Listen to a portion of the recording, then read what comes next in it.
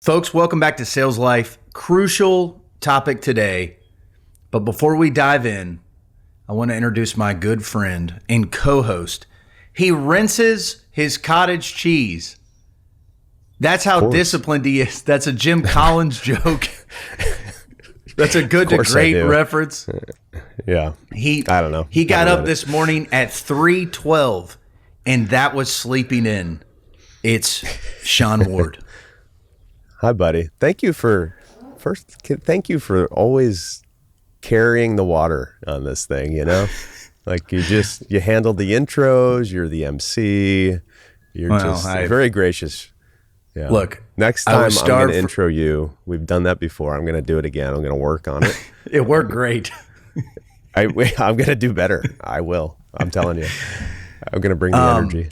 Hey, it's no problem. I was starved for attention as a child, which has lingered with me into adulthood, and therefore sometimes I can't shut up. So, do you have a lot of siblings?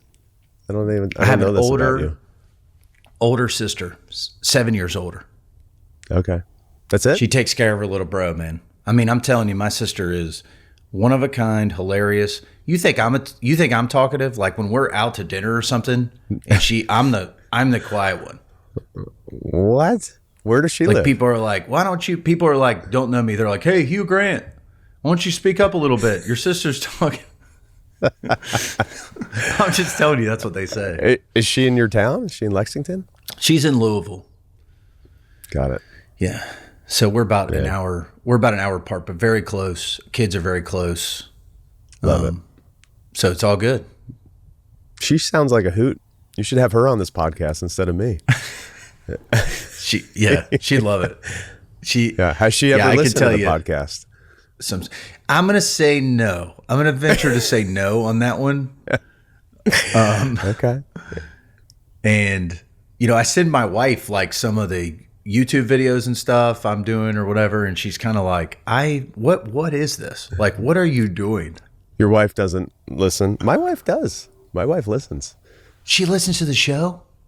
She does, dude. My wife has a hard time sleeping. I'll wake up in the middle of the night and she'll be like on an iPad and watching our YouTubes. Yeah. Yeah. Jess? Thank you. Can I call her that? You, of course. Yeah. Well, thank you for listeners. She listens. My mom listens. Mm-hmm. I know of 2 listeners. Okay. My dad. There's a guy, I was at a work conference this week. This guy came up. I love your podcast. I listen to all the episodes. Really? Yes. Wow. That's right. This is a top producer at the top commercial real estate company in the world listening to our podcast. Amazing. Let me tell you this, Sean. How about you try this one on, buddy? Listen to this. Hate messages coming to me because we missed a week. Oh. People saying you got me hooked on this and then you guys took off a week because of summer or travel or whatever. They need their fix. Yeah, I get it. And I'm like, you know what? This Sean guy, man, it's like working with Elvis. Good luck finding him. It's like Elvis in the late 70s, I would imagine. I don't know. But it's like, can you just get into Graceland and set up a podcast with this guy? No. You got to schedule through the Colonel. You got to. Oh, buddy. The Colonel. Quick story. And then before we're determined to add value in this episode to talk. That's right. Talking about this is a topical deal-making episode. Intangibles. It is. Oh, my gosh. Yeah. Let's just tease it right now and then I hear this story. Intangibles to getting deals done. Oh, strategies, so much human ways. Yeah, so much of it is a feel. It's an art type of thing. 100%. Yeah. So what was your story? And then we'll jump in. So a quick story. So we're at this conference and I see a buddy of mine. So this is a 3-day event and with guests, there's probably 500 people there. And unbelievable like dinners and cocktail events, like tons of networking, spending time together opportunity. Sure. But like a lot of people. So like it's day 3 and I'm seeing people I didn't even know were there, right? You're just kind of working your way to that part of the room. And I see my buddy from Baltimore. His name is Mike. I've done deals with him. And he's like, I didn't even know you were here. And he goes, I got a funny story for you. I didn't know you were successful. Yeah. He's like, you? Well, really? He goes, I got a funny story for you. I was at the pro shop at the golf course today. And the guy there, I think he was getting a bite to eat or something at the restaurant. And the guy there said, hey, there's a lot of you people here today. And he said, are you guys from a company? He said, yeah, this is our company, like national event. And told him the name of our company. And then the guy, though, I don't know if he was a waiter or something, he goes, oh, I follow this guy named Sean Ward on LinkedIn. And it's my goal to work at your company. And he's like, do you think you can get me a job? And so the guy laughed, and he just, I don't know what he did with it, but he was telling me the story at cocktails that night. Wow. Yeah, I thought that was funny. Yeah. So Think about that. That would be our fifth listener, that kid. That kid. Hey, yeah. No, I shared small this world, with, I was recently on Aviva's podcast. She's and so it was cool, super, by the way. Super Yeah. cool. Such a fun time. Yeah. Millions of followers compared to our handfuls. And but she said, she asked me about LinkedIn and what was happening from it, deals that have come from it. Just got another deal actually from LinkedIn. I'm excited to tell that story, but it's early in the process. And I said that's exactly why I started writing. I started reading Sean. Dude, humbled. Thank you. Back in the day, probably 2020, I'm reading Sean. He's like writing about life and all this stuff. I'm like, I can't believe you can do this. This is like a professional. I thought I was just supposed to do closing slides and all this stuff. And here we are now. It's 4 been a years while. later. Yeah. And I still have this fear in the back of my head that I'm going to get fired one day for doing what I do on LinkedIn. But it hasn't happened. And now we have a podcast. So You're going to get promoted because of it. There you go. And based on our conversation the other day, I had a post that performed really well from someone that represents, I won't say who, a bigger company. And I'm like, well, I represent people that shop at that company. And you and I had a good laugh about it. But that's the beauty of this industry, brother. It's like, it's a wide spectrum, man. And both parties can do well, Of course. Like I wanted to put that on the Chad meme on, if you've seen that on Twitter where that guy Chad with the beard, whatever, is like talking to the same Chad meme. And he's sort of like, bro, I represent like this big company. And the other guy's like, that's awesome for you, bro. I represent people who shop at that company. And I think what you do is awesome. And what I do is awesome too. Like, I don't know. You had to be there. Regardless, let's get into this, Sean, because basically what we're about to do today is discuss intangible ways that actual transactions get done. Mm-hmm. Part of the psychology behind being successful at this job, the nuance. And here's because you're going to share the first point, but the way I want to set it up is, it's a craft. Okay. So, and that's one of my favorite ways to talk about what we do in commercial real estate. It's not just calculations. It's not just transactions. Oh, it's actually a craft. It's more of an art than a science. And so these intangible things will help, especially if you're new to it, embracing them will help you get deals done. Absolutely right. Yeah. I mean, we've talked about how to get hired in this industry. We've talked about how to survive your first few years. We've talked about how to develop business, cold call. That's right. Right. Okay. So, we've done those things. Now you got a deal. There's zero guarantees that deal leads to a payday. And if you're in this business, it's very likely that you're a full commission salesperson. So right. you don't earn any money by getting hired. You earn money by executing an outcome for your client, transacting a deal. And it's just a different skill set. to like get deals done. And I see this now as we have, on our team, some younger folks that are, like they get a deal and then they say, okay, now what? And it's not just, okay, what do I do? What's the form I use? But it's like, okay, the client came back and said this, what do I do? And it's just knowing how to handle all those situations. There's a lot of, as we say, intangibles in it. And I think one good one to start with is setting expectations and how big that is. 100%.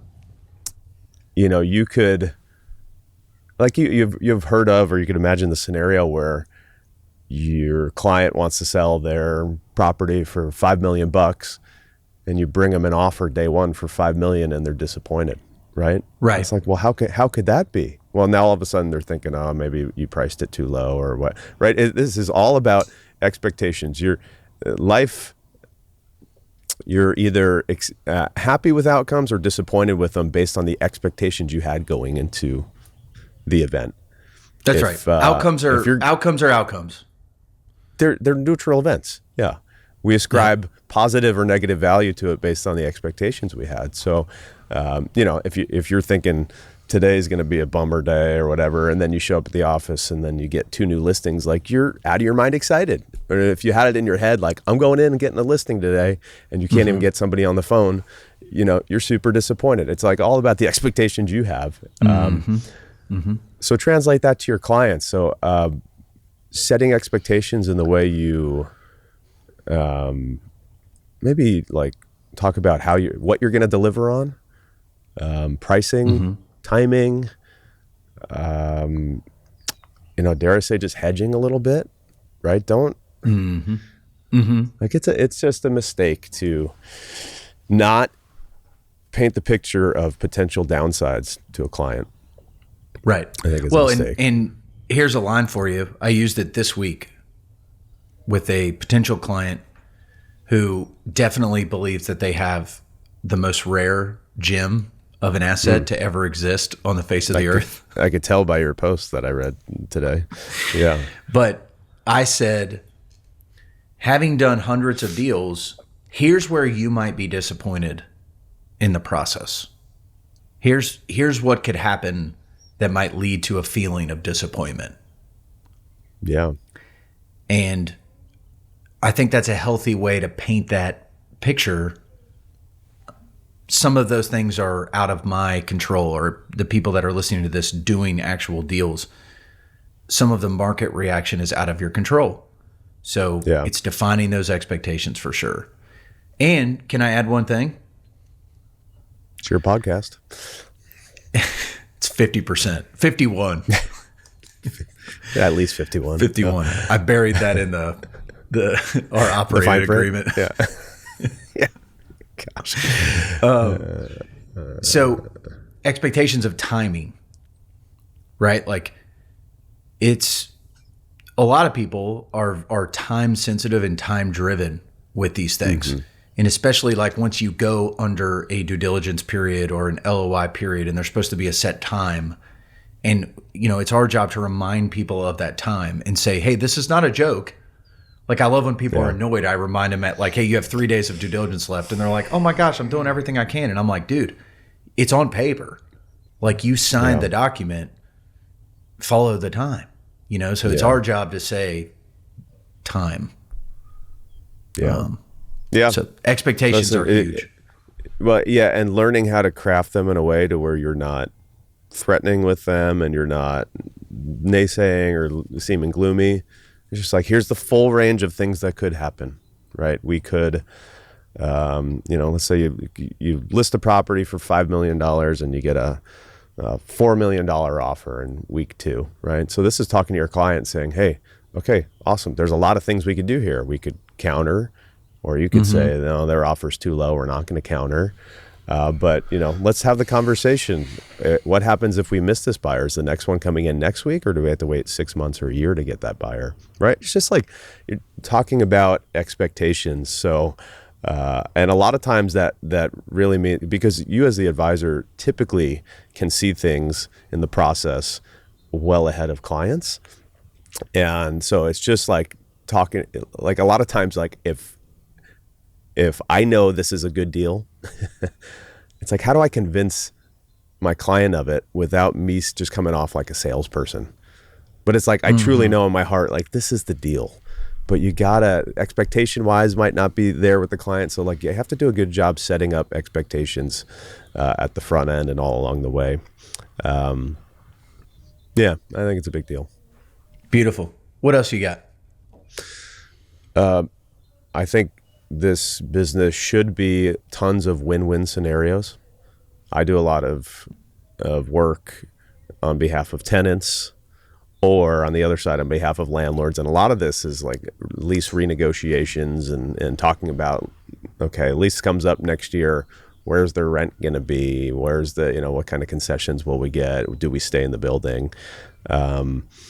It's the wrong approach if you think your job is to beat up the group on the other side of the table. That's the wrong approach, in my opinion. Now, there's plenty of people in my market here that take that approach, and they go and sell that. Like there's tenant rep brokers that sell, hey, I will be the tough guy. I will beat up your landlord for you, so you don't have to. And I understand it. I totally get it. I think it's harder, but more valuable to find win-win scenarios to where the other side doesn't feel beat up after they deal with you. Do they feel like, good example. You can negotiate to get your client, if you're representing a tenant, you can negotiate to get, extract concessions meaning free rent or tenant improvements in a lease renegotiation discussion. A lot of times landlords, all the time, their building is valued based on the income that comes in, right? So if you come in as a tenant and you say, hey, my rent's too high, I want to get my rent down 30%. Okay, well, that landlord, that's going to take a serious hit to the value of their building. There's another way you could do it. You could say, hey, we could keep my coupon rate, my face rate high, but hey, I'm out of line with market. You need my rate high because for the portfolio valuation, Mr. Landlord, I need concessions. I need free rent. I need 6 months of free rent.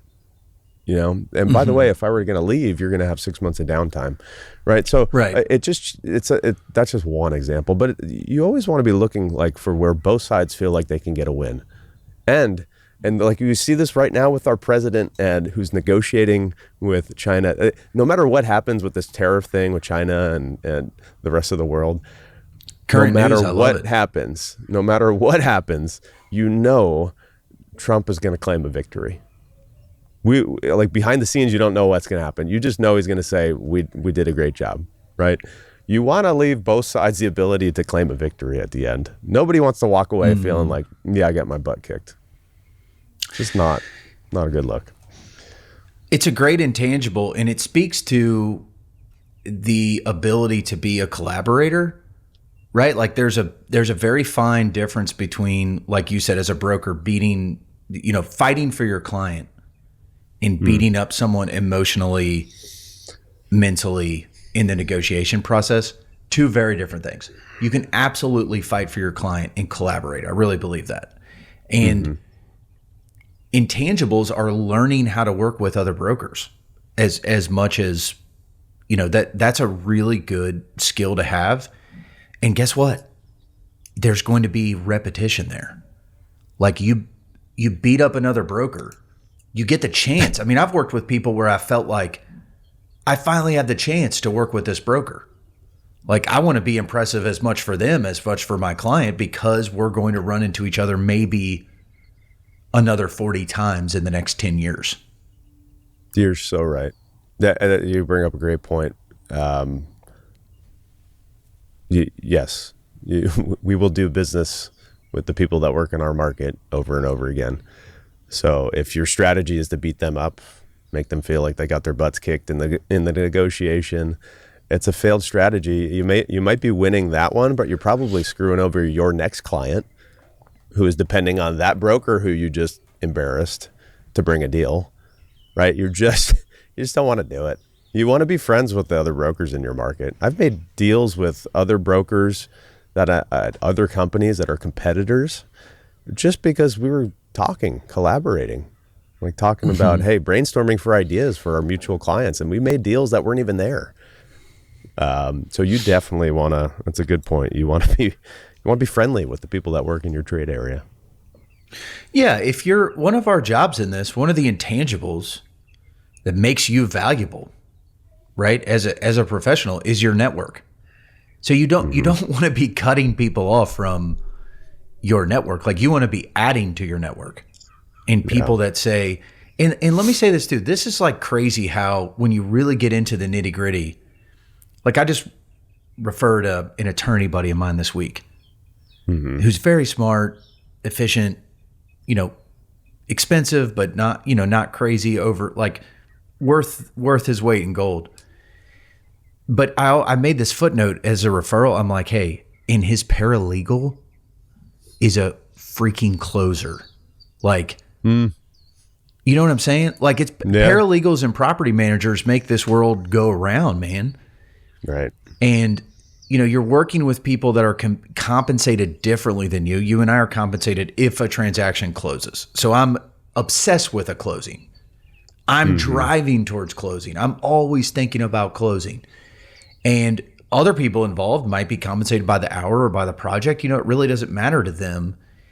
And so, like, we have the opportunity to create this intangible team to tell people, like, your work as a paralegal is super valuable. Please go out to dinner at this nice restaurant, because, like, we would not be here without you. Yeah. I love it, man.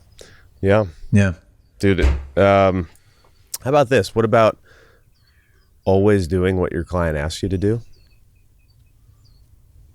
Unless it's like unethical, right?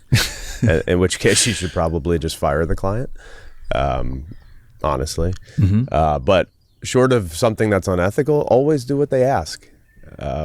This comes up a lot. And like, okay, the client says, hey, I want to go back and okay, those guys are asking again, $5 million, let's offer $3 million. Now, what do? You could say, no, you could start arguing with your client and say, no, I don't want to do that. But it doesn't get you anywhere. I think, my personal opinion, offer the $3 million. And you know what? Because do you want to be the group that tells your clients, no, you can't do that? These are people who presumably are wealthy or own businesses. Like, they've made lives and careers out of doing things that seem unconventional, thinking outside of the box, taking risks, going for things. Like, do what they want, and then you don't shut them down. You let the market or the other side be the bearer of bad news. You get no points with your client by you being the person that gives them bad news. You let the market give them bad news. If the market comes back and says, hey, and if you did a good job of setting expectations, when you submitted that $3 million offer, saying, hey, here's the way you should sound. Mr. Client, that's an aggressive offer. I will do it, but here's the full risks, right? What upside is we could get it at a great price. Downside is they don't even counter. And now we're forced with countering ourselves, which is a terrible position to be in. But I'll do it. I support you. I got your back. All of a sudden you submit that offer to the other side. Am I speaking with Chris Voss here from the FBI training program, or what? I mean, this guy, this is why you're dangerous, my man. I haven't even read the book. You don't need to. Let me be the first to tell you, don't waste your Audible coin of the month on that book, because you don't need it. You're living it. Okay, but thank you. The point is, the market will come back and tell you and be the bearer of bad news. And then, you know what? If the client comes back and says, no, we're not going to counter you, you were too low. Well, all of a sudden, your client will think, okay, all right, my guy is credible. My agent, he told me this could happen. Okay, I'm going to listen to him a bit more. Right? But he didn't shut me down, because I'm telling you, you shut personalities like that down, they're not going to work with you. They're just going to find somebody else who'll submit the offer. 100%. Yep. And that leads into this idea, and this was a very much a struggle for me early on, which is owning everything, every decision that a client wanted to make, emotionally, mentally owning it to where it sort of tires you out. Maybe it's the a good call, maybe it's a bad call. And folks, you just as you do more transactions and participate in more closings, you have to own those things from a distance. You just do. You have to say, look, these are the facts. This is what the person wants to do. And, please present it to your client and move on. Like I remember one time I was fiercely negotiating this deal with another agent, and the agent just stopped me and he was like, "Hey, Justin, this has been brokered. Like it's over. Like you're fired up about it, whatever. You've said what you'll do. We've said what we'll do. Like, that's where we're at, And I was like, man, that's a great way to go through this is just letting things affect you a little less, if you will. 100%. Not that you don't take it personally, because look, somebody's got to own it. That's part of being a closer. Like somebody's got to champion the closing. Yeah, but huge intangible, get your ego out of the deal. So many times. Yes. Oh my goodness, dude. Quick story. We represented a tenant. The landlord tried to increase their rent 100%, and this was in line with the market at the time. It was a little aggressive, but largely in line with the market. Tenant said, "No, we'll let you increase it 80%, but we're not going to 100." And I think the landlord would have done it, but their broker didn't like that we weren't going along with, his pricing that he told the landlord they could get. So I could just tell he had an attitude about it, and his attitude was, no, they could just leave the building then. They could leave the building. My client said, all right, we're going to leave the building. Well, they left. The building sat vacant for a year, and then at least 30% below where we would have signed a lease. And I just knowing the broker and knowing the owner, my client was the tenant, knowing who the landlord was, the landlord would have done the deal. The broker's ego got in the way, and he cost his client a ton of money. You got to get your ego out of the way. I love that. Did your pool just turn on? Is that what I'm hearing? I'm turning it off. Yeah. Speaking of closed deals. That's off. I love it. So people say, obviously the cliche is true of time kills deals. Pride probably kills more deals. Totally. And I love what you just said. And the way I would respond to that is like, it's a service business. 100%. We're here to serve. Yeah. And yes, it's a service business where if you do enough big deals, you can buy a Bentley or whatever, which is not my thing in it. But I'm saying, like, the more successful you are, you have to be careful because your pride swells up. But it, like, no matter if you're on deal 5, Sean? What the heck happened? Oh my gosh. Your camera died. My camera died. Okay, well. I think we just end it where it ended. We're gonna let the episode end at wherever it shut off. Yeah, you said it. This is part 1 of 2 of Deal Intangibles. You with me? And we'll pick up from pride.